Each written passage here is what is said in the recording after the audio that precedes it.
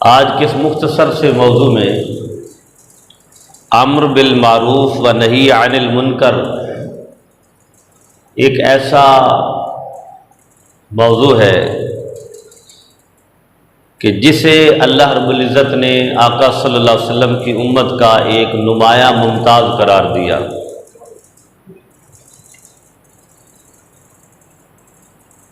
اللہ رب العزت نے ارشاد فرمایا وَلْتَكُمْ مِنْكُمْ أُمَّةٌ يَدْعُونَ إِلَى الْخَيْرِ،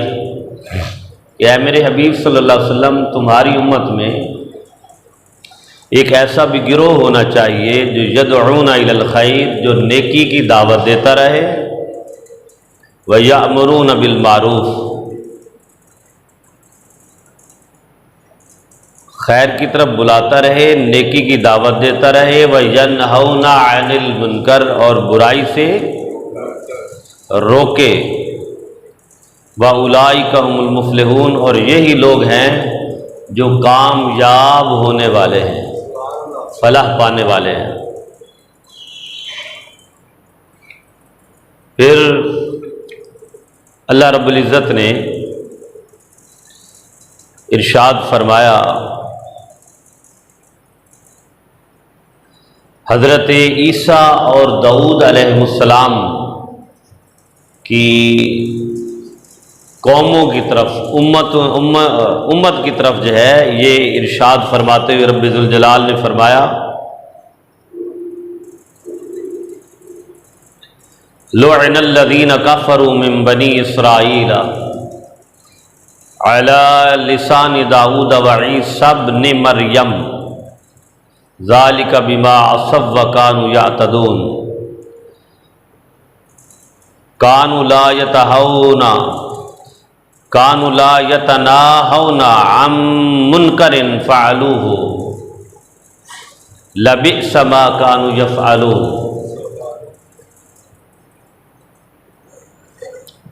حضرت داؤد اور حضرت عیسیٰ ابن مریم کی زبانی اللہ نے بنی اسرائیل کے ان افراد پر لعنت فرما دی، لعنت کر دی کہ جو نافرمانی کرتے اور حد سے بڑھ جانے والے تھے، جن برے کاموں میں مشغول ہوتے ان سے ایک دوسرے کو منع نہیں کرتے تھے، اور یہ واقعی لوگ بہت بڑی برائی کر رہے تھے۔ اللہ رب العزت نے ارشاد فرمایا۔ حاضرین محترم، امر بالمعروف و نہی عن المنکر کی آیات بینات قرآن کے اور مقامات پر بھی ہیں، لیکن یہ دو آیات میں نے آپ کے سامنے تلاوت کی ہیں جس میں اللہ رب العزت نے امر بالمعروف و نہی عن المنکر کا فریضے کی ایک اہمیت کو اجاگر فرمایا ہے، اور اللہ رب العزت نے حضور علیہ الصلاۃ والسلام کے پیغام کو، رسالت محمدی صلی اللہ علیہ وسلم کے پیغام کو، جو توحید الہی کا پیغام تھا، اس کو قیامت تک کے لیے روا دواں فرمایا ہے کہ آقا علیہ الصلاۃ والسلام نے فرمایا کہ العلماء ورثۃ الانبیاء، کہ میری امت کے جو علماء ہیں وہ انبیاء کی وراثت ہیں، انبیاء کی وراثت کو سنبھالنے والے ہیں، انبیاء کی وراثت کو آگے بڑھانے والے وارث ہیں، دوسروں تک نیکی اور نیکی کا درس دینے والے ہیں اور برائی سے روکنے والے ہیں۔ دیکھیے، قرآن کا مدعا یہ ہے کہ وہ نیکی جو انسان کی ذات سے بڑھ کر دوسرے کی ذات کے لیے چلی جاتی ہے، اس نیکی کا اللہ تعالیٰ کی بارگاہ میں بہت زیادہ بڑا مقام ہو جاتا ہے، کیونکہ انسان جب اپنی ذات سے نکل کر دوسرے کو اللہ کے غضب اور نافرمانی سے بچانے میں لگ جاتا ہے تو اللہ تعالیٰ خود اس کی حفاظت فرماتا ہے۔ اور رسول کریم صلی اللہ علیہ وآلہ وسلم نے ارشاد فرمایا، بڑی زبان زد عام و خاص یہ حدیث نبی صلی اللہ علیہ وسلم جو کہ صحیح مسلم میں ہے کہ حضور علیہ الصلوۃ والسلام نے فرمایا من رعا منکم منکرا فلیغیرہ بیدہ، تم میں سے اگر کوئی برائی کو دیکھے تو اس کو ہاتھ سے روکنے کی کوشش کرے۔ یہ برائی کو ختم کرنے کا پہلا طریقہ ہے کہ اگر اللہ نے طاقت دی ہے تو ہاتھ سے اسے روکے تاکہ وہ برائی آگے نہ پھیلے۔ فَإِن لَّمْ يَسْتَطِعْ فَبِلِسَانِهِ، اگر ہاتھ سے روکنے کی طاقت اور قوت نہیں تو کم از کم زبان سے روکے کہ بھائی یہ کام برا ہے، یہ غلط کام ہے، اس سے رک جاؤ۔ اور پھر فرمایا فَإِن لَّمْ يَسْتَطِعْ فَبِقَلْبِهِ وَذَلِكَ أَضْعَفُ الْإِيمَانِ، اور اگر زبان سے روکنے کی قوت اور استطاعت نہیں تو پھر دل میں اسے برا جانے، اور فرمایا یہ ایمان کا کمزور ترین درجہ ہے، یہ ایمان کا کمزور ترین، سب سے ضعیف ترین درجہ ہے۔ پھر آقا علیہ الصلوۃ والسلام نے ارشاد فرمایا کہ تم ضرور بالضرور اچھائی کا حکم دیتے رہو اور برائی سے روکتے رہو، ورنہ ضرور یہ ہو سکتا ہے کہ اللہ تعالیٰ تم پر اپنی طرف سے عذاب بھیج دے، پھر تم اسے پکارو گے وہ تمہاری دعاؤں کو قبول نہیں فرمائے گا۔ اور پھر آقا علیہ الصلوۃ والسلام نے ارشاد فرمایا کہ جس قوم میں گناہوں کا ارتکاب ہو رہا ہو اور ان میں اسے روکنے کی قدرت والے بھی لوگ موجود ہوں، برائی پھیل رہی ہے، بڑی زوروں پر ہے، لیکن اس کو روکنے والے طاقت کے ساتھ وہ لوگ بھی موجود ہوں، پھر بھی وہ نہ روکیں، تو قریب ہے کہ اللہ تعالیٰ ان سب کو اپنی طرف سے عذاب میں مبتلا فرما دے۔ اللہ اکبر۔ برادران محترم، بات یہ ہے کہ احادیث نبی صلی اللہ علیہ وسلم تو اس موضوع پر بہت زیادہ ہے۔ ضرورت اس امر کی ہے کہ ہم یہ جو فریضہ ہے اس کو ہم اپنی ذات سے بڑھ کر دوسروں تک پہنچائیں، کہ اللہ تعالیٰ نے اگر ہمیں نماز کی توفیق دی ہے تو ہم گھر سے چلتے ہوئے جب مسجد کی طرف آئیں تو پہلے گھر والوں کو کہہ کے آئیں کہ بھائی نماز کا ٹائم ہے، نماز پڑھنی ہے۔ جو رب ذوالجلال نے قرآن میں ارشاد فرمایا قوا انفسکم واہلیکم نارا، اپنے آپ کو بھی اور اپنے اہل و عیال کو دوزخ کی آگ سے بچاؤ، اللہ کی بھڑکتی ہوئی آگ سے بچاؤ۔ دیکھیے ہم معاشرتی زندگی میں، معاشی زندگی میں، اپنی پریکٹیکل لائف میں کتنے معاملات ہیں جس میں دوسرے کو گائیڈ کر رہے ہوتے ہیں، دوسرے کی بھلائی چاہ رہے ہوتے ہیں، دوسرے کے لیے خیر خواہی کرنا چاہ رہے ہوتے ہیں، لیکن ہمیں یہ چاہیے کہ یہ جو عارضی زندگی ہے، دنیاوی زندگی ہے، فانی زندگی ہے، جس میں اس عارضی زندگی کو گزار کے انسان نے ابدی زندگی کی طرف منتقل ہونا ہے، تو ہم یہاں تو یہ چھوٹی چھوٹی چیزیں ایک دوسرے کو بتا رہے ہوتے ہیں، جی آپ کے کپڑے ایسے نہیں ہیں، آپ کا جوتا ایسے نہیں ہے، آپ کا گھر ایسے نہیں ہے، آپ کے پاس گاڑی ایسے ہونے چاہیے، آپ گفتگو اس انداز سے کریں۔ یا اکثر ہم نے دیکھا ہوگا کہ کسی کی موٹر سائیکل کی لائٹ جل رہی ہو دن کو تو کہتے ہیں بھائی لائٹ بند کر دیں، کسی کا اگر سٹینڈ نیچے اکثر رہ جاتا ہے تو وہ بھی حادثے کا باعث بن جاتا ہے کہ بھائی آپ سٹینڈ اٹھا لیں۔ اگر کسی نے اپنے ساتھ مستورات، اپنی بہن، ماں، بیٹی یا کسی خاتون کو بٹھایا ہے اور اس کی چادر یا برقع موٹر سائیکل کے اندر پھنسنے جا رہا ہوتا ہے تو سارے اشارہ کر رہے ہوتے ہیں کہ بھائی جان آپ سنبھل لیں، کیونکہ یہ بڑی تکلیف دہ مرحلہ ہے، خدا نہ خواستہ کسی کا دوپٹہ، چادر موٹر سائیکل کے اندر آ جائے۔ اللہ اکبر۔ اور یعنی اس طرح کے معاملات ہم ایک کیا چاہ رہے ہوتے ہیں کہ اس کو نقصان نہ ہو، اس کو کیا نہ ہو، اس کو نقصان نہ ہو، یہ اس نقصان تک نہ پہنچے۔ اور بڑی اچھی بات ہے اور کرنا بھی چاہیے، لیکن بحیثیت مسلمان، بحیثیت ایمان ہمارے اوپر یہ فریضہ عائد ہوتا ہے کہ ہم نماز پڑھنے آ رہے ہیں، ہم قرآن کی تلاوت کر رہے ہیں، ہم روزہ رکھ رہے ہیں، اللہ نے ہمیں توفیق دی ہے اس پرفتن دور میں اپنی بارگاہ میں جھکنے کی، یہ اس کی توفیق سے ہے، بندے کا کوئی کمال نہیں تو اگر بندے کا کمال ہوتا تو ساری دنیا رب کے سامنے جھک رہی ہوتی۔ یہ رب ذوالجلال کی عنایت ہے کہ وہ توفیق دیتا اور بندہ آ کے جھک جاتا ہے۔ تو اگر ہم یہ چھوٹی چھوٹی چیزوں سے دوسروں کو بچاتے ہیں کہ وہ موٹر سائیکل سے نہ گر جائے، اس کو کوئی نقصان نہ ہو جائے، اس کو کوئی پریشانی نہ ہو جائے، تو ہمیں یہ چاہیے کہ ہم بحیثیت مسلمان اپنے بھائیوں کو بروز حشر کی ہولناکیوں سے ڈرائیں، اللہ کے عذاب سے ڈرائیں، رب کی نافرمانیوں سے ڈرائیں،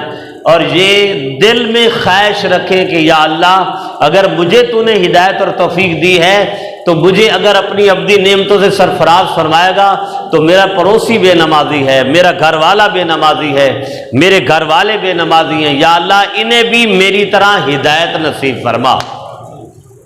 پھر کمال ہے، پھر کیا ہے؟ کمال ہے۔ ہم اب چپ کر کے گھر سے آئیں، اپنی نماز پڑھیں، گھر چلے جائیں، اور گھر والا کوئی گھر میں جتنے بھی، اب کوئی ٹی وی دیکھ رہا ہے، کوئی موبائل پہ لگا ہے، بھائی جماعت کا ٹائم گزر گیا۔ دیکھیں ہمارا کام ہے بلانا نیکی کی طرف،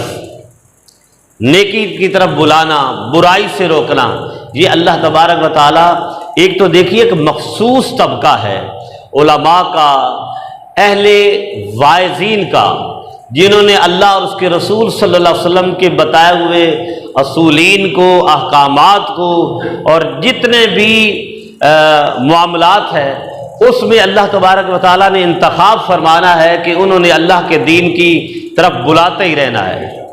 یہ تو ایک اٹل بات ہے، چونکہ حضور علیہ السلام کا فرمان میں نے آپ کے سامنے پڑھا کہ حضور نے فرمایا کہ جب امر بالمعروف و نہی عن المنکر کا فریضہ معدوم ہو جائے گا تو ایسی قوم پر اللہ عذاب نازل فرما دے گا۔ اب وہ عذاب کیا ہے؟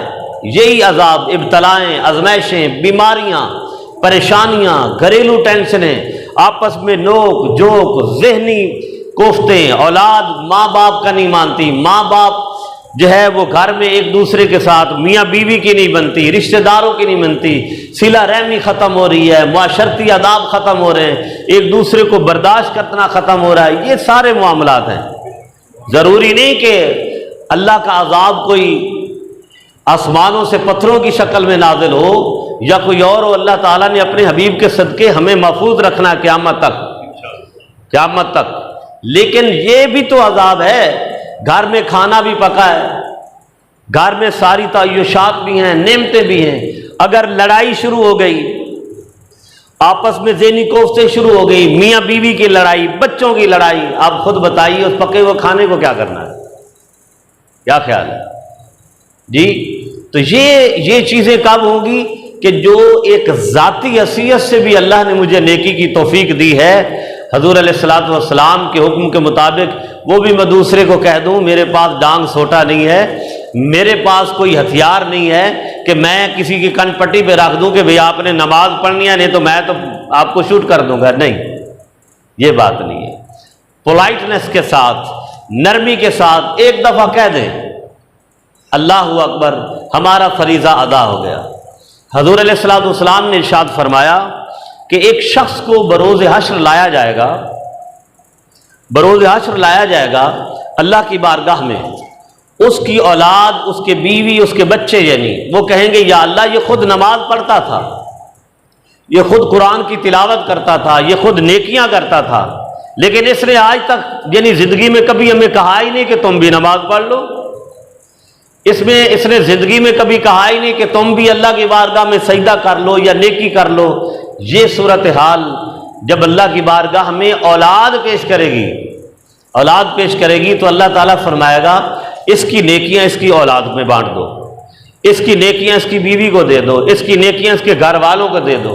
وہ سارے جنت میں چلے جائیں گے اور وہ شخص تہی دامن ہو کے وہاں کھڑا رہے گا۔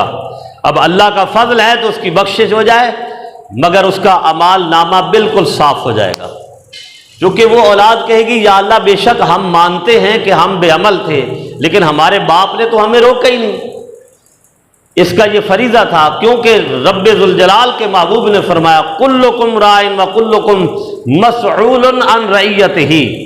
تم میں سے ہر ایک نگہبان ہے اور اس کی رعیت کے بارے میں پوچھنا ہے۔ صرف گھر کے سربراہ کا کام یہ نہیں کہ بچوں کو اچھے کپڑے، بچوں کو اچھی جوتی لے دینی، اچھا سکول، اور دیکھ لیے کہ ہمارا بچہ اگر منہ سے نکالے تو جی بالکل آج بازار چلتے ہیں، آج ہی اچھے کپڑے لے لیں گے، آج ہی اچھا جوتا لے لیں گے، بیگم صاحبہ فرمائیں گی اور ہم ان کے لیے ریڈی ہو جائیں گے، تیار ہو جائیں گے۔ دیکھیں یہ سارے معاملات جو ہے یہ سنبھالنے ہم نہیں سنبھالنے ہیں، یہ جو گھر کا سربراہ اس نے سنبھالنے ہیں، کوئی شک نہیں ہے۔ میرے کہنے کا مقصد یہ نہیں ہے کہ کوئی کسی کی بیگم مطہرہ، کسی کی گھر والی کہے کہ کپڑے لے دو اور کہے جی قاری صاحب نے کہا نہیں کپڑے نہیں لے کے دینے، یہ کہنے کا مقصد نہیں ہے۔ جہاں ہم ان کی ساری ضروریات کا خیال رکھتے ہیں تو دینی ضروریات کے بارے میں ہم سے پوچھا جانا ہے،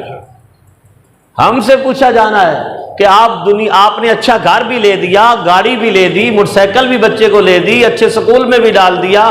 تو بھائی تم مسلمان تھے، تمہارے دل میں لا الہ الا اللہ محمد رسول اللہ کا رب فرمائے گا میں نے وزن ڈالا تھا، میں نے ایمان کا ایک بہترین منبر مرکز تیرے دل میں روشنائی کے طور پر ڈالا تھا، کیا تیرا یہ فریضہ نہیں تھا کہ کپڑے لے کے دیتا رہا، ہر نعمت پوری کرتا رہا؟ کیا تیرا فریضہ نہیں تھا کہ وہ نماز نہیں پڑھ رہے تم نماز پڑھنے کا حکم دیتے؟ وہ شراب بچہ تمہارا پیتا رہا اور تم کہتے رہے کوئی بات نہیں، مجھے کیا، یہ تو نافرمان ہو جائے۔ آج کتنی اولادیں ہیں کہ جب ماں باپ نہیں پوچھتے کہ بیٹے آپ 9 بجے کے بعد رات 1 بجے تک کہاں رہے، تو اس اولاد نے کیا کرنا، مسلح ڈالنا یا اس کا بیڑا غرق ہونا ہے؟ جو فرمان رسول صلی اللہ علیہ وسلم ہے، آقا علیہ الصلوۃ والسلام نے فرمایا کہ شام ہونے سے پہلے پہلے اپنے جانوروں کو اور اولاد کو گھر میں باندھ دو، جانوروں کو بھی گھر میں باندھ دو، کیونکہ اس وقت کھلے عام جانور چرتے تھے۔ اب شام مغرب کے بعد اگر کسی کی گائے بھینس جانور بکری مرغی جو بھی ہے اگر باہر پھرتی رہے تو کیا وہ اس کو حاصل کر لے گا؟ کبھی بھی نہیں۔ اس لیے فرمایا اپنی تحویل میں لے لو، اور اگر کوئی اولاد بچہ بچی گھر سے باہر ہے، ماں باپ اندر بیٹھے ہیں اپنی موج ملا، کوئی گل نہیں، تو اس لیے فرمان رسول صلی اللہ علیہ وسلم حضور نے فرمایا اندر لے آؤ شام سے پہلے پہلے۔ اور آج جس کی اولاد کا اپنا اولاد پر کنٹرول ہے کہ وہ کہاں جاتا ہے، کہاں بیٹھتا ہے، کتنی دیر اس نے باہر جانا ہے، کتنی دیر اس نے اندر رہنا ہے، تو اس کی اولادیں الحمدللہ کبھی بھی نافرمان نہیں ہوگی۔ اور جس کو پتہ ہی نہیں ہے رات کے 2 بج رہے ہیں، رات کے 3 بج رہے ہیں، رات کے 11 بج رہے ہیں، ماں باپ سوئے ہوئے ہیں، ماں بیچاری انتظار کر رہی ہے، وہ بیچاری نہیں، وہ باپ بھی بیچارہ نہیں، وہ سب سے بڑا مجرم ہے۔ کوشش کرنی چاہیے کہ یہ اگر ہم دنیاوی ضروریات پوری کرتے ہیں تو دینی ضروریات پوری کرنا بھی ہمارے اوپر لاگو ہے۔ ہم نے اپنے بچوں کو، اپنے اہلیہ، سب سے پہلے اپنی ذات، اپنا خاندان، آج اگر ہم خود اور اپنے اہل و عیال کو اللہ اور اس کے رسول کی بارگاہ میں جھکا دیں تو یہ بہت بڑی نیکی ہے جو ہم ادا کر رہے ہیں۔ اللہ تعالی ہمیں اس امر بالمعروف سے اپنی ابتدا کرنے کی توفیق عطا فرمائے۔ وما علیہ الا البلاغ۔